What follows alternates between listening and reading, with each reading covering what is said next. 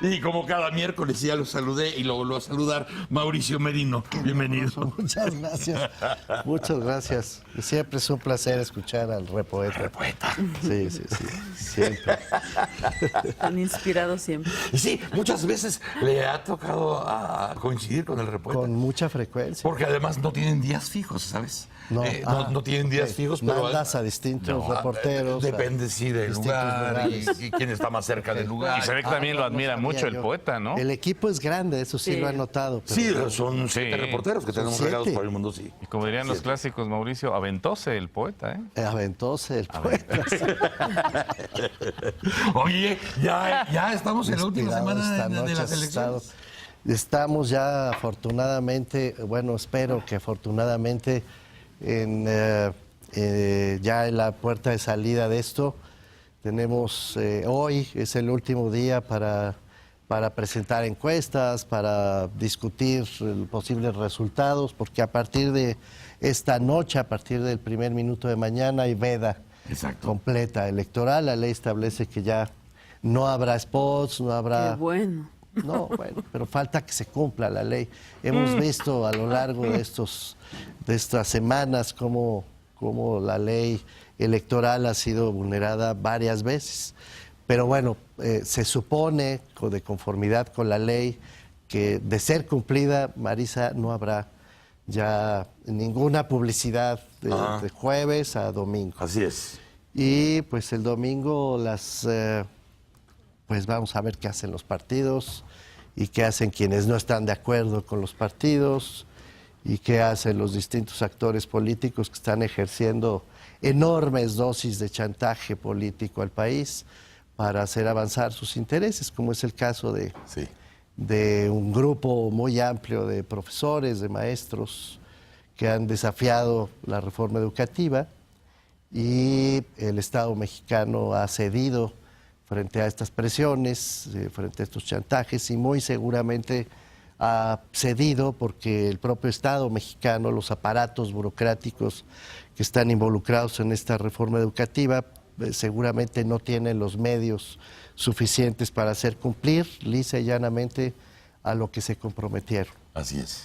Y en este sentido, ahí me parecía, Broso, que era interesante recoger algunos datos del censo educativo que fueron trabajados el año pasado por Marco Fernández. Marco Fernández es un investigador de México Evalúa, de esta organización que ha hecho magníficos trabajos.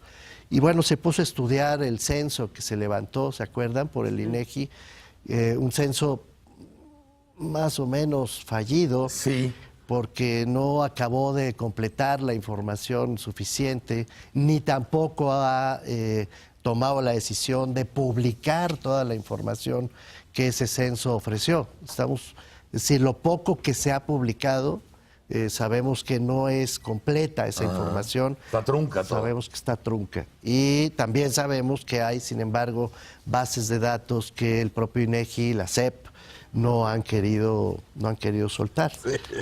Y Daría suelta ahí. Bueno, y seguramente lo han hecho así porque el análisis que hace Marco Fernández de México Evalúa, también es profesor del TEC de Monterrey, también es un investigador muy, muy querido, muy apreciado, ha participado muy intensamente en los trabajos de la red por la rendición de cuentas. Y Marco hace un análisis muy cuidadoso de los datos educativos en relación con los maestros y con el costo que tiene estas nóminas paralelas que han prohijado, que han sido el resultado de una enorme cuota de corrupción dentro de los grupos magisteriales. Sí, ahorita me acordaba yo la de supervisores, donde había gente que cobraba sin dar clases hasta 300,000 pesos trimestrales. Sí, no, los datos son increíbles, ¿no? Mira, la nómina total de educación básica, que incluye preescolar, primaria, secundaria, supera los 2.247.000 individuos.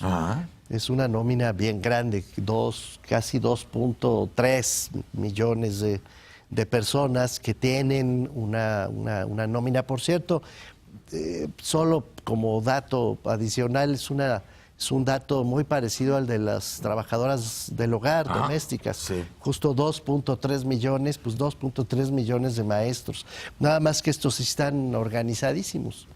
Y entonces no solo se les hace caso, sino que son capaces de poner a la SEP contra las cuerdas, como ha sucedido, la coordinadora en particular, pero también el sindicato en buena medida por todos estos datos. Y la SEP ha cedido a estas presiones para suspender la evaluación educativa, que era una de las piezas maestras de la reforma educativa, ya se ha dicho mucho, de la que tanto se esperaba. ¿Por qué no ha prosperado? Es una decisión caprichosa, es una decisión que tiene que ver con el proceso electoral solamente, o hay algo más.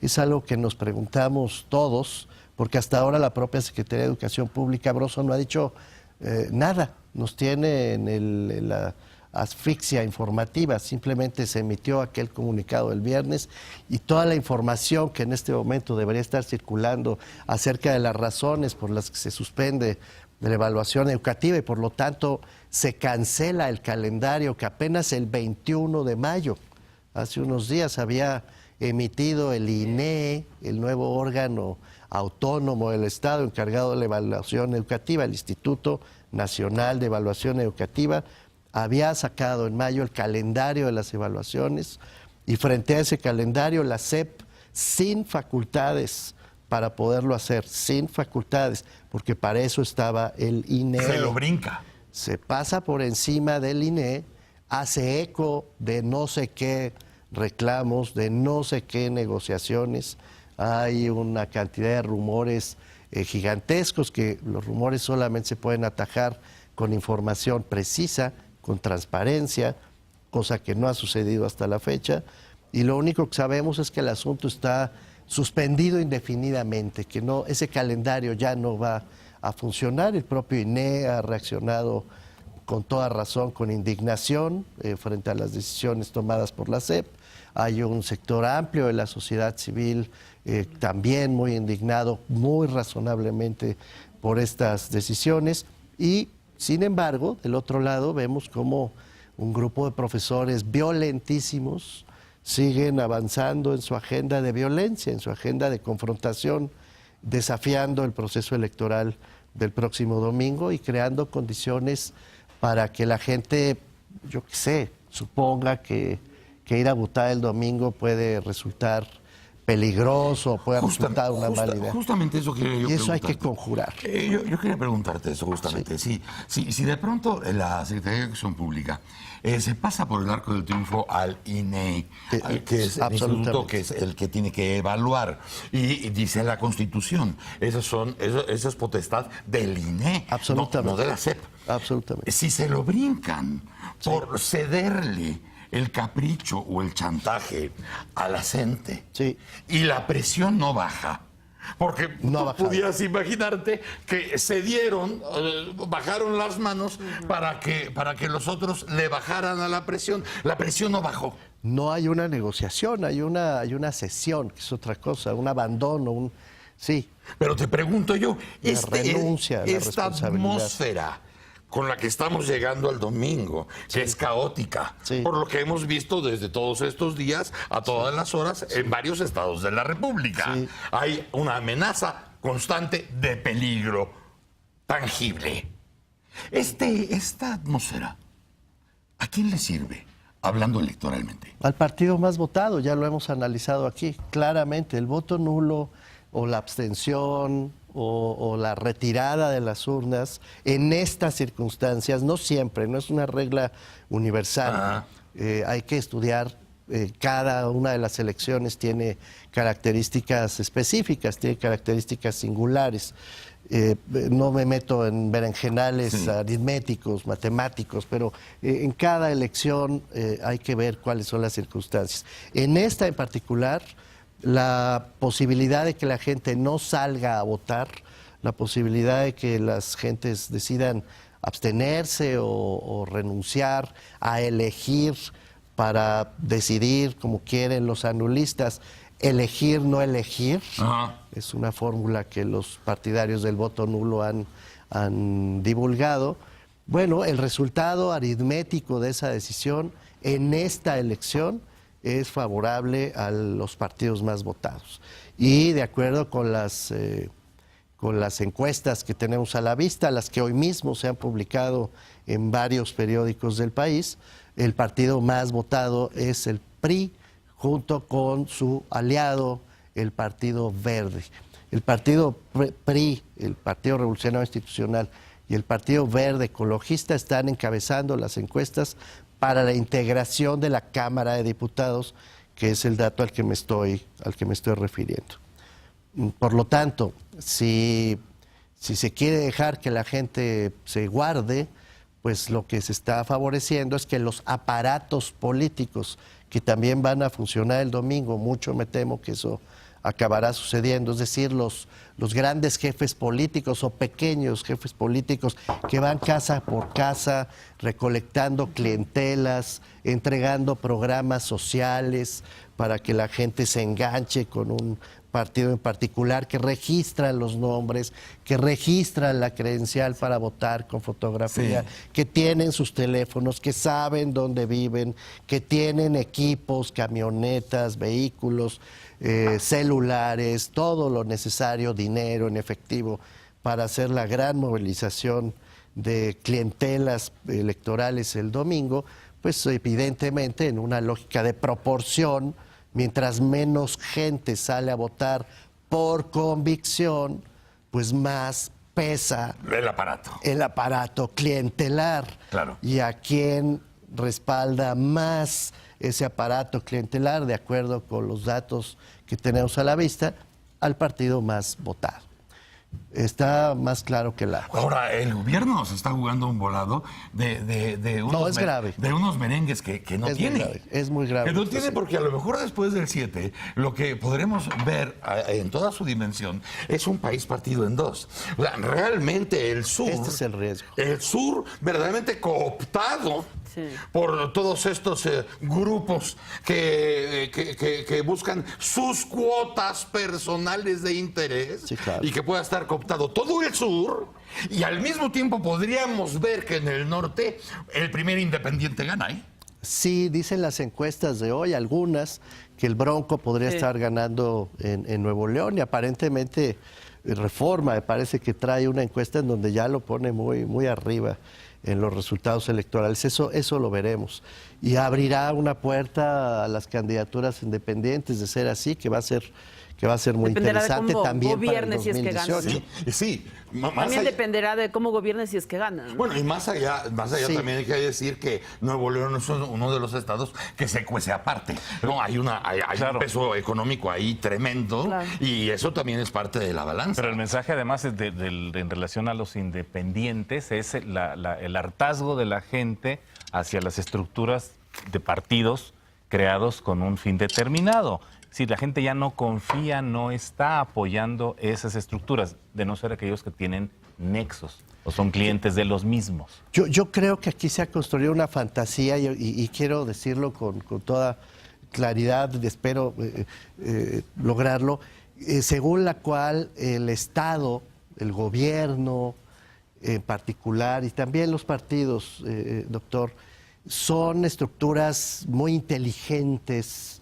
muy malas, perversas. Hay un sector de la sociedad que cree que cuando se habla del gobierno se habla de algo como una maquinaria de inteligencia muy acabada, en donde se toman decisiones muy bien pensadas, donde se calculan los riesgos, donde hay grandes orquestaciones de individuos que están dispuestos a obedecer ciegamente, como de película, digamos. Hay una visión medio fantasiosa de eso.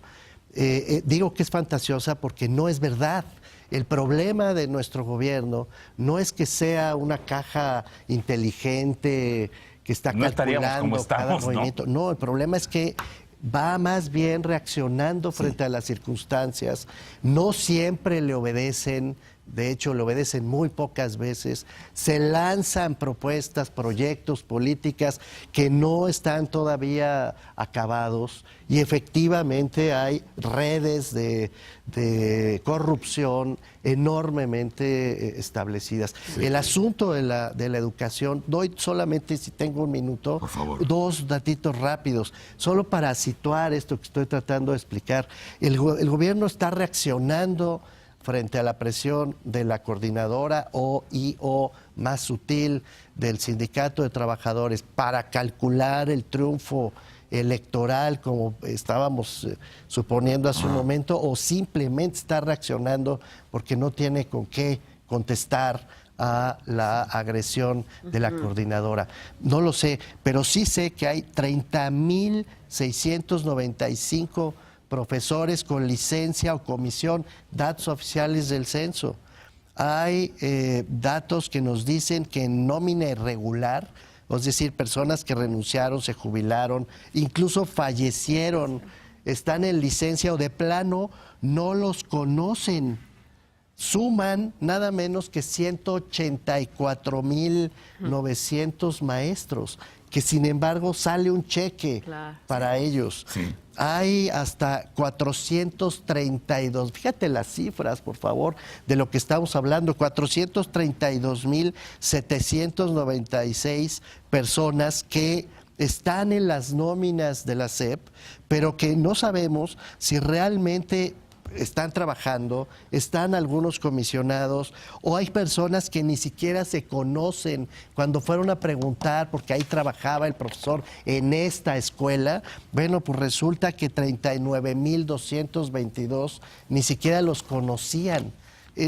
Estos son los datos. Estamos hablando de magnitudes verdaderamente gigantescas de la incapacidad del Estado mexicano para gestionar la educación. Y frente a esta incapacidad de gestionar algo tan básico como dónde están las escuelas, a qué profesores se les paga, cuántos están cobrando doble, triple, cuádruple, hay miles de profesores que lo hacen.